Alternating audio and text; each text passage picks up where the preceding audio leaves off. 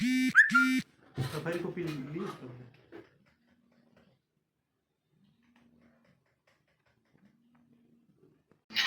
एक साइबर थाना पुलिस ने कॉल सेंटर पकड़ा है, क्या है पूरा मामला? इसमें साइबर पुलिस स्टेशन साउथ की टीम के पास अपने किसी सीक्रेट इन्फॉर्मर से एक इन्फॉर्मेशन उनके पास थी कि सेक्टर 48 में आईटी स्पेस टेक पार्क में लोन के नाम पर कोई कॉल सेंटर चलाया जा रहा है, जिससे कि साइबर धोखाधड़ी की वारदात को अंजाम दिया जा रहा है।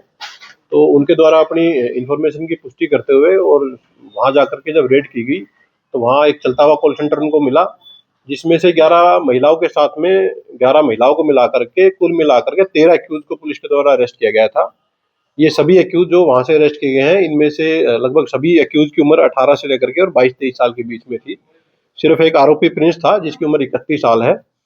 इन एक्यूज से इंटरोगेशन जो पुलिस के द्वारा की गई है तो मालूम हुआ है कि एक सोहेल नाम का व्यक्ति सितंबर 2025 से इस ऑफिस को किराए पर लेकर के और ये धोखाधड़ी का कॉल सेंटर चला रहा था।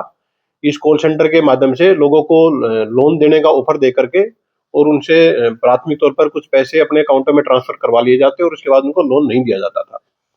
पुलिस के द्वारा जो 11 महिलाएं थी उनको एज पर लो अरेस्ट कर लिया गया। बाकी जो दो एक्यूज थे, प्रिंस और जो हिमांशु, प्रिंस इस कॉल सेंटर में बतौर मैनेजर था और हिमांशु इस कॉल सेंटर का सबसे पुराना और सबसे मुख्य कर्मचारी था। इन दोनों को पुलिस आज पेश करके और फर्दर पुलिस कस्टडी इनकी लेगी और जो मेन जो एक्यूज है हिमांशु, उसकी तलाश के लिए पुलिस के द्वारा प्रयास की जाएंगे। कोई इनका क्रिमिनल बैकग्राउंड?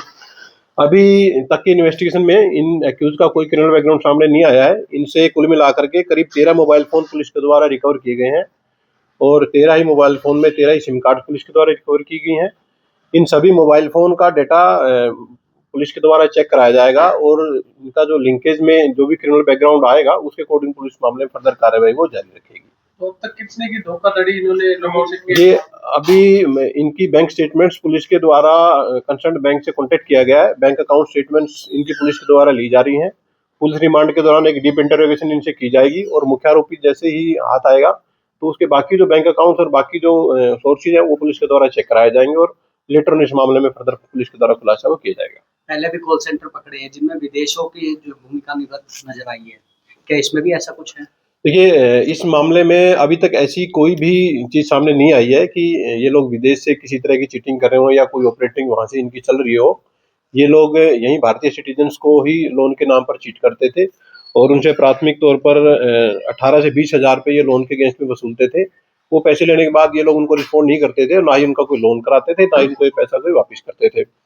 प्राथमिक जो इन्वेस्टिगेशन में है उसमें सामने आया कि सोहेल नाम का व्यक्ति, उसने करीब 45 हजार रुपये में ऑफिस किराए पे लिया था और ये जो जितने भी लोग वहाँ इसने नौकरी पे रखे थे इनको 15 से 20 हजार रुपये सैलरी के साथ साथ जो पैसा ये चीट करके कस्टमर से लेते थे उस पैसे में से कुछ कमीशन इनको दिया जाता था और इस तरीके से ये पूरा धोखाधड़ी का खेल है जो चल रहा था। पुलिस के द्वारा मामले का भांडाफोड़ है वो किया गया।